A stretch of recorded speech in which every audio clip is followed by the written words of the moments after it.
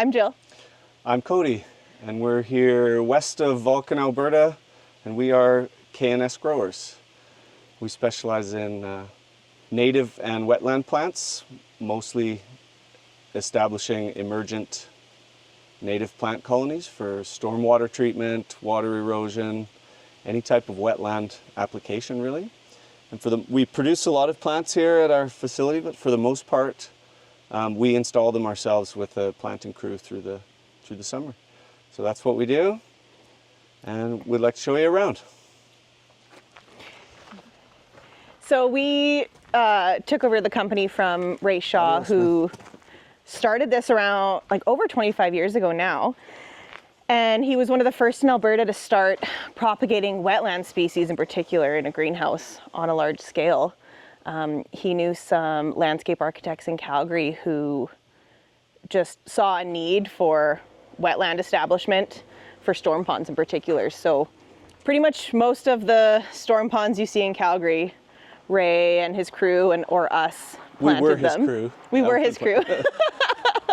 And now we run it. So that's a lot of what we do, but we also, I mean, Ray started doing this a long time ago too, but we also do some wildflowers, native grasses, and different riparian shrub species as well. So we're kind of a native plant nursery in general, but we specialize in the wetland species. Native plant nerds. Native, yeah. So a few interesting things about the site, like I say, we're west of Vulcan. We both actually operate a small farm too. So increasingly we're starting to incorporate native plants into our agricultural operation. We are also net zero. There's 8 kilowatts of solar here. So Ray's house as well as our facility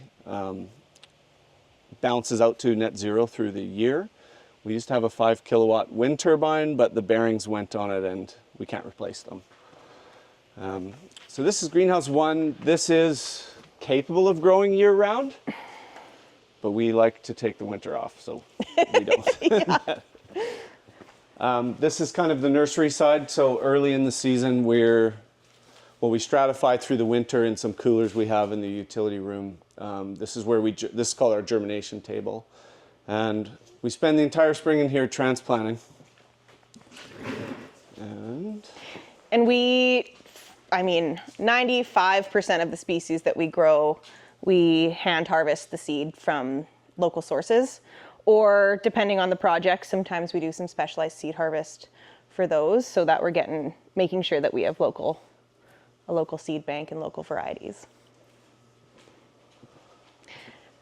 Yeah, we're moving into the last week of August here, so for the wetland species, seed harvest has just begun. That's what we were doing yesterday.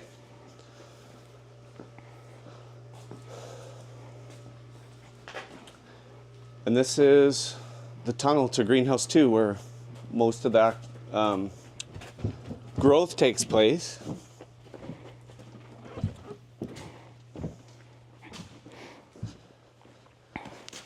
So yeah, typically our clients are larger landscape companies who were subcontracted under to fulfill the wetland portion or the storm pond portion or the naturalization portion of the projects.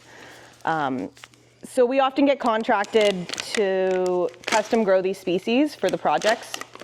And it ranges from, a couple hundred plugs or plants to tens of thousands, just depending on what the needs of the project are. Sometimes we'll just do supply as well, and companies can purchase plants that we've custom grown for them. But typically we kind of start in a smaller plug size, but we can grow up to 4-inch or 1 gallons, 2 gallons, just even depending on what the needs are. Depending on the needs. And I think a lot of plant nurseries specialize in plant sales. So they might sell to a landscaping company that has to kind of crash through, understanding the biology and the unique needs of the plant. So us doing our own installations has kind of given us a decade now of experimentation and seeing what works and what doesn't in dry years versus wet years, times of the year. So for example, this is Carex utriculata. It's a pretty prominent sedge in southern Alberta. And we're getting late in the season now. I feel like 10 years ago and even 5 years ago, there was this kind of assumption that you needed to get these native plant colonies established early, like May, June, into July, to give them time. Due to some of the dry years that we have, they have specialized needs. They basically want their roots wet and their foliage above the water. And in southern Alberta, we have wetlands and water bodies that can drop by 6 feet of water during the course of the year. So you can have a narrow window to put the plant where you want it, where it's actually going to live and do well. So when we overgrow plants like this, we move them outside of the greenhouse and harden them off with frost. And we actually plant right up to freeze up in the ground. So we've had a lot of success experimenting with these fall installations, which in the case of wetland plants means they're planted dormant. The roots might move a little bit when you get warm days and set them in, and they wake up in the spring at the wettest time of the year, and they kind of have all of the growing season to grab hold and establish themselves. So at that point of the year, we're actually just planting rhizomes pretty much. And that's been, with some of the wild weather we get for the last few years, you just don't have stable water levels in your wetlands. And so working with that and learning ways to be flexible with establishment, we've had a lot of success with that. How many species do you think we grow, Cody? There's probably 30 that we grow every season, but we have grown probably up to almost 100 different species, including terrestrial ones. But yeah. There's kind of 20 or 30 dominant emergent species in southern Alberta, so that's most of it. So for example, we grow probably about 8 or so different sedge species. A sedge is a grass-like species. And most of these are the more riparian species, but we're experimenting with some more drought-hardy ones because of the drought we've been having in Alberta. And then we do various rush species. So we have hard stem bulrush, soft stem bulrush, 3-square rush, prairie bulrush. What else? Spike rush, Baltic rush, knotted rush. And then we do some, well, we grow water smartweed as well, which is actually an amphibious plant. So it can grow on the land or in the water, and that's a really versatile one. You'll find it at like Little Bow or Lake McGregor, and it has a beautiful pink flower that pops up. But we've been doing more wildflowers too, because oftentimes with these larger projects, we're doing the wetland portion, but then upslope from the riparian zone. We're also doing some naturalization with forbs. So we've been really trying to focus on the drought-hardy perennial wildflowers, like smooth aster, aster laevis, all kinds of goldenrod, which you'll find around here.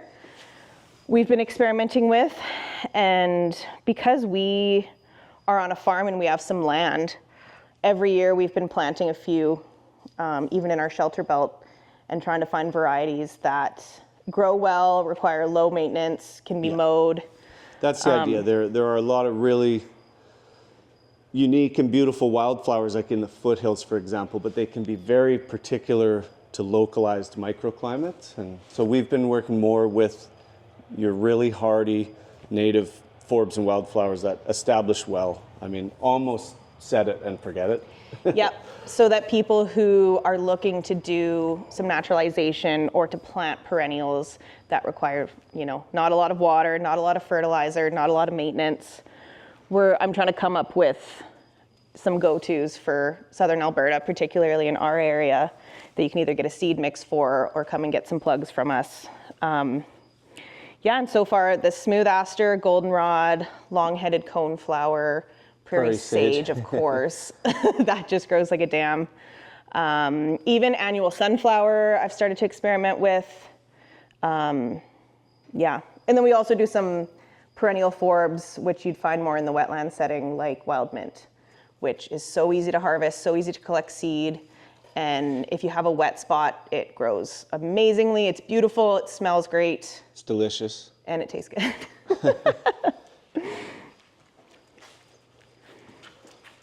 Yeah, so we grow, like, we oftentimes max out our greenhouse early in the season, and throughout the season, we're usually just creating more plants for more projects that come up. But we never really grow less than about 200,000 or 300,000 plugs. So this is kind of a plug size. This is typically what we're starting with our sizing. And then kind of like tree planters, we'll strap on planting bags and we'll get out into the field. Or chest waders, depending on the site. How wet the species is, how wet it likes it. We'll either be kind of like tree planting with those spade shovels, or we're in chest waders on our hands and knees, pushing these into the soft ground, and it's a good way of doing it. But one of the ways we've become really specialized with our business is actually in the planting of these wetland species and plugs. We've just gotten to know each species very, very intimately through the years. Kind of some stuff you can't really learn in books, of where they like it, how wet they like it, and often, timing. Yeah, often having to take into account the timing of the season, how wet it is, how wet it's going to be, and where water levels are at. So, yeah, the emergent plants are very particular. yeah. So we like to do our installations when possible on the larger scale ones, rather than okay, the site's ready for you, plant it all. We try to do it in waves over the course of a year. So we might do a dormant fall planting, followed by a spring, some summer planting, and follow up with the following fall, which just allows you to be flexible with the placement through the course of the year as water levels change and weather systems change. And we have a lot of success that way too, especially on the larger scale projects, because with the unpredictability of our weather and climate right now, if you plant an 80-acre site with 100,000 plugs and get no rain for 3 months, it can be problematic. Mm-hmm. Yeah, we can go through some of the species. So I was talking about wild mint. This one, we trimmed these recently. But yeah, you can just smell it from here. So if you have a rain garden or something, you wouldn't regret putting that in it. Yeah.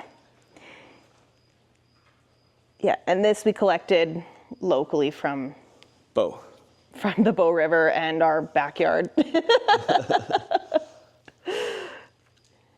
Yeah, I love wild mint. It grows really, really well.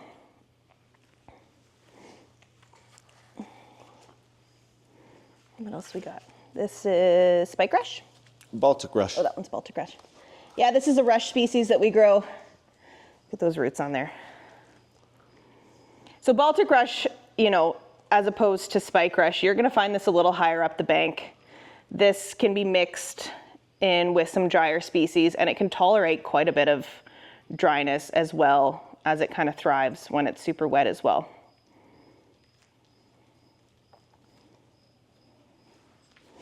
Put that back. We're wet in here today. I know. And this is water smartweed I was telling you about. So some of these we like to grow in flood tables because they just do really well. But this is one of these ancient plants that has been around forever. And you can actually root, so this is the amphibious plant, so it can grow on land or the water. You can take this plant from 4 feet deep in the water, plant it on land, and it's actually gonna kind of change form in the way that it grows. It's gonna look completely different. So they often also call this water willow. You'll find this out at like Lake McGregor, and it's these big aquatic vines that are about this thick and can be up to 4 or 5 feet long, rooted down in the water with their leaves and their flowers floating above. And then you'll also find it on shore, growing in the sand in a completely different environment. With an erect stem. Yep, and it's the exact same species of plant. You could also cut the plant right here, lay it down on some wet ground, and it's gonna root from each of these nodes. So it's a very successful plant. Yeah. It can tolerate fairly low water qualities too. So Yep. it's useful in storm pond applications. Yeah, and it's pretty.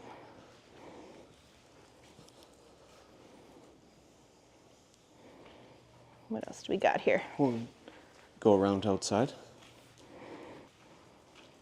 What species? Oh, this is hardstem bulrush.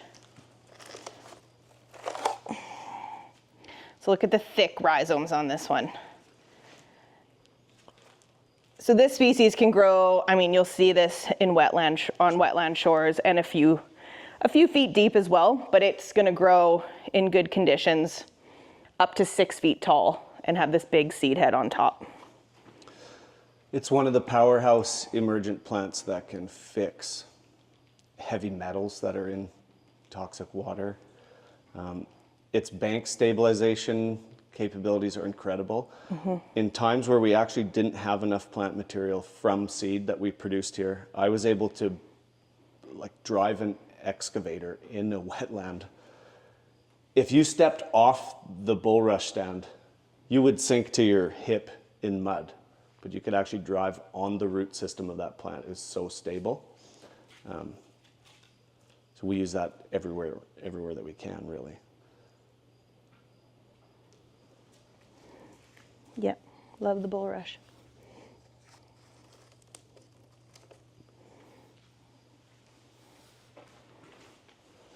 I'm trying to think of what's outside right now. Sorry for the mud hole. Native watermelon, no. Okay, be careful here.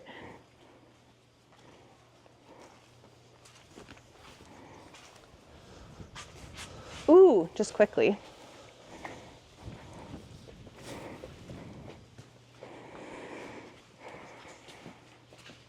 Some more of the forbs that I've been experimenting with, wild blue flax. Even the city of Calgary has started to recognize this one's kind of a powerhouse, and they've been putting this into their native seed mixes. Here's one flower going there. Yeah. And this just grows really, really well. And common yarrow, you're gonna find this all over the place, but it just grows so well around here.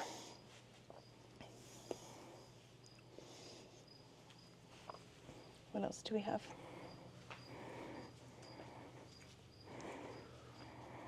More of the same, but a lot of these are ones I would recommend. If someone asks, what can I put in my yard? Got some little wolf willows or silverberry started here, which we collect from seed as well, and that grows pretty well. This is a nice drought-tolerant shrub that you'll find around here, usually on sun-facing slope.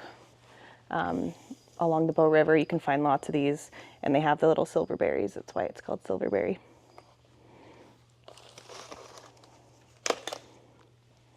And let's go outside. Okay.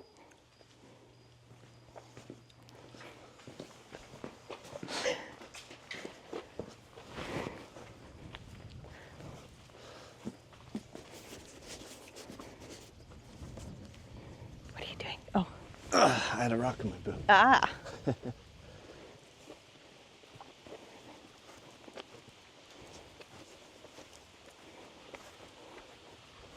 Yeah, I think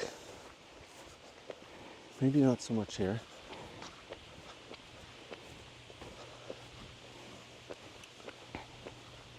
We have some laying hens in here, which will feed plant scraps too, and tomato scraps and whatever else.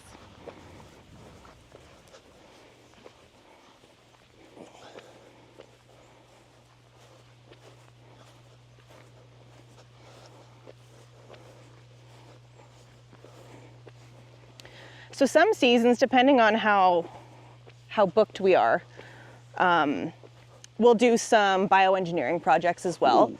Sometimes it's part of a larger project, and sometimes it's a standalone, but we also do some larger willow projects where we're harvesting during the dormant season willow stakes. Often the most abundant willow around here that works well is sambar willow. So we'll harvest stakes that are about 2.5 feet or so, depending on the project. We'll store those until the project is ready, and we'll install them as soon as the ground is thawed, and they work really well for bank stabilization.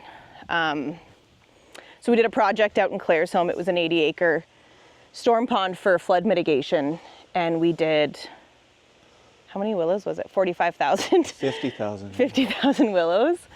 Yeah, and you go there now. We also did 110,000 wetland plants there as well. They call it the Frog Creek Wetlands now, and you can go and tour it just outside of Claire's home. And it's just a wetland now. It was a bare site, and now it's pretty functional wetland. This is blue grama grass. Oh, that's it. Increasingly, even in Calgary, city crews with new parks and things like that are starting to use this as a grass. It's native. It will grow right down to the riparian area next to river or lake, in which case it tends to just be taller and a little more lush, but it can grow in the dry mixed grass prairie. So it's very hardy. It establishes easy.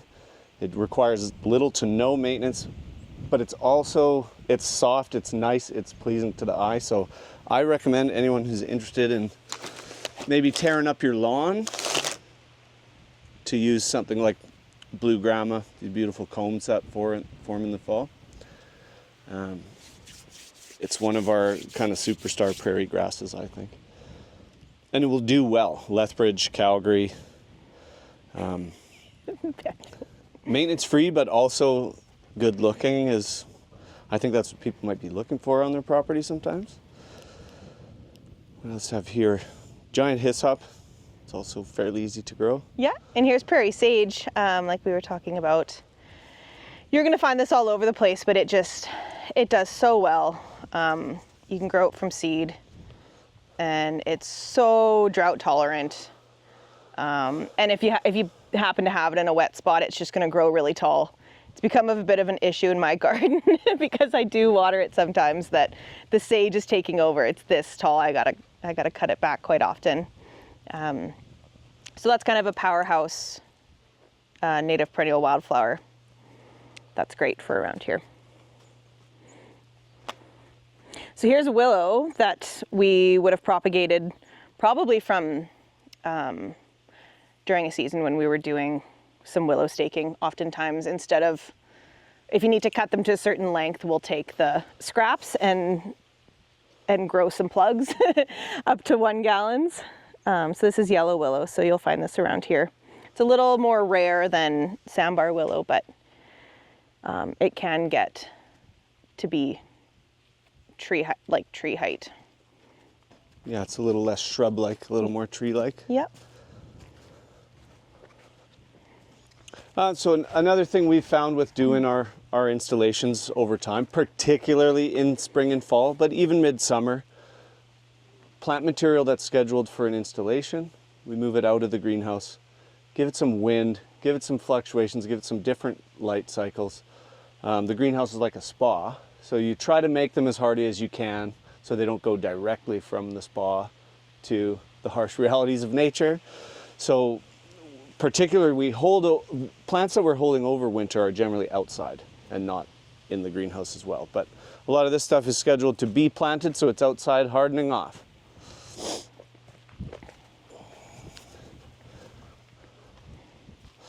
And I would like to show you something over here too, which is really part of the farmyard, but it's just a good example of what you can do.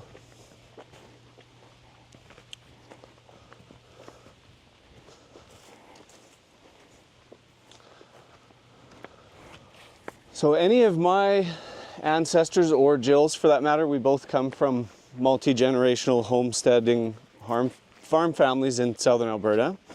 But establishing trees on the prairie was one of the hardest things in your yard. And one of the conventional methods that's been around for a long time, there used to be actually a federally run tree nursery in Saskatchewan that was one of the best federal agricultural programs ever. It's been discontinued. But you could order for free trees and shrubs and material to try to establish shelter belts for the microclimates that create and get your yard out of the weather and things like that. But often what they did was plant trees and continuously rototill.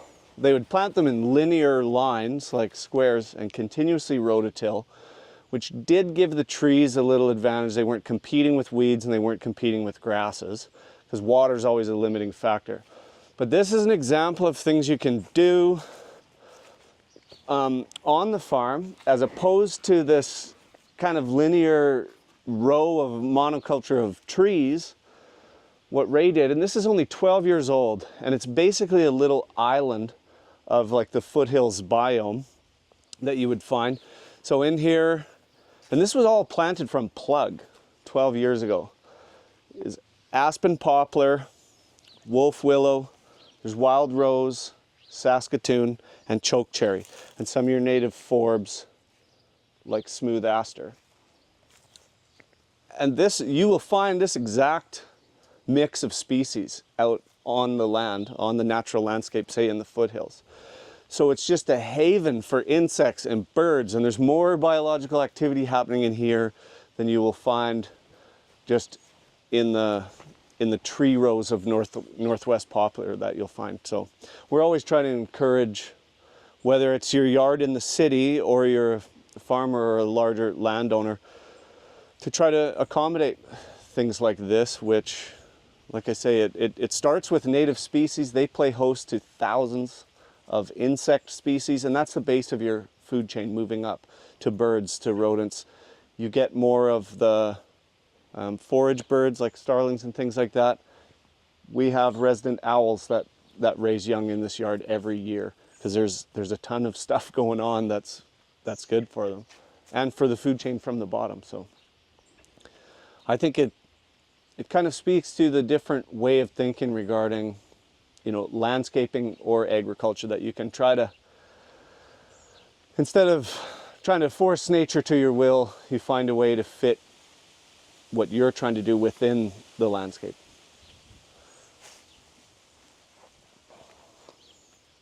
Isn't that right, Banjo?